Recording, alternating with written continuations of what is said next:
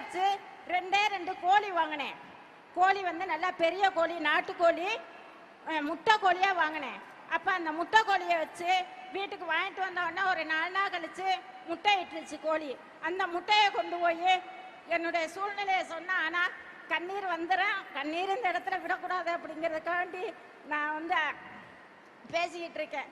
இது அந்த முட்டையை கொண்டு போய் ஒருத்தட்ட கொடுத்தேன். முட்டை வாங்கிக்கிறீங்களா? ஆனால் நல்லா வசதியான ஃபேமிலி, முட்டை வாங்கிக்கிறீங்களா அப்படின்னு கேட்கல, நான் வாங்கிக்கிறேன் அப்படின்னு சொல்கிறாங்க. அப்போ சொல்லையில் எவ்வளவு? 20 ரூபா. அப்போ 10 முட்டை எவ்வளவு? 200 ரூபா. 200 ரூபா. சரி 200 ரூபா தாரேன் கொடுத்துரு அப்படிங்கிறாங்க.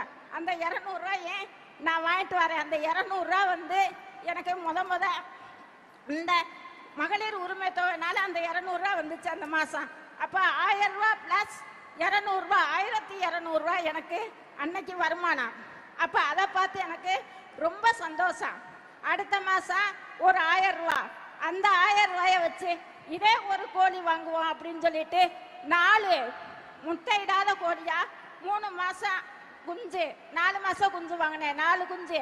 அதை வச்சு அதை விட்டுட்டு அடுத்த மாதம் அடுத்து 3 மாதம் சேர்த்தேன் காசு. 3 மாதம் 4 மாதம் இப்போ வந்து நம்ம உழைக்கிறோம், 200 ரூபாய்க்கே உழைக்கிறோம். அந்த 200 ரூபாயை ஒன்றும் செய்ய முடியலை. இந்த மகளிர் உரிமை தொகையை 4 மாதம் அப்படியே சேவிங்ஸில் போட்டிருந்து 4 மாதத்துக்கு 4000 வந்துச்சு. அதோட ப்ளஸ் இந்த கோழி குஞ்சு வாங்கினல 4 குஞ்சு, அந்த குஞ்சு 1000 ரூபாய்க்கு வாங்கினேன். அந்த குஞ்சு முட்டை இட்டுச்சு, அந்த 2 கோழியும் முட்டை இட்டுச்சு. அதுலேருந்து ப்ளஸ் 1500 ரூபா வந்துச்சு. அப்போ இந்த 4000 ப்ளஸ் 1500 ரூபா நான் வந்து உழைச்சது குடும்பத்தில் ஒரு 1000 ரூபா எல்லாம் போட்டு ஒரு ஆட்டுக்குட்டி வாங்கினேன். ஆட்டுக்குட்டி வாங்கினா நம்ம நல்லா வளர்த்தோம்னா ஒரு 15000 வரும். அப்போ நம்ம வந்து 15000த்தை கண்ணால் பார்க்கலாம். ஒரு ஸ்கூல் ஃபீஸ் கட்டலாம், புள்ள கேட்கும். ஒரு 5000த்துக்கு எங்கே போகிறது, 10000த்துக்கு எங்கே போகிறது அப்படிங்கிறத மாதிரி ஆடு வாங்கினேன். ஆடு வாங்கி நல்லா ஹெல்த்தியாக வளர்த்து 2 ஆட்டையும் 15000 30000த்துக்கு விற்றேன்.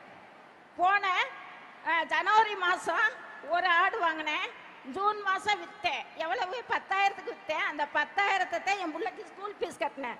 இதை கணக்கு பண்ணி நான் வளர்த்தேன். ஸ்கூல் ஃபீஸ் கட்டினேன். நம்ம உள்ள எல்லா பிள்ளையும் மாதிரி படிக்கணும், ஸ்கூலில் போய் எந்திரிச்சு நின்றக்கூடாது அப்படிங்கிறதுக்காண்டி அதை கொடுத்துட்டு அந்த 10000 இந்த மகளை கொண்டு போ அப்படின்னு சொல்லி கொடுத்தேன்.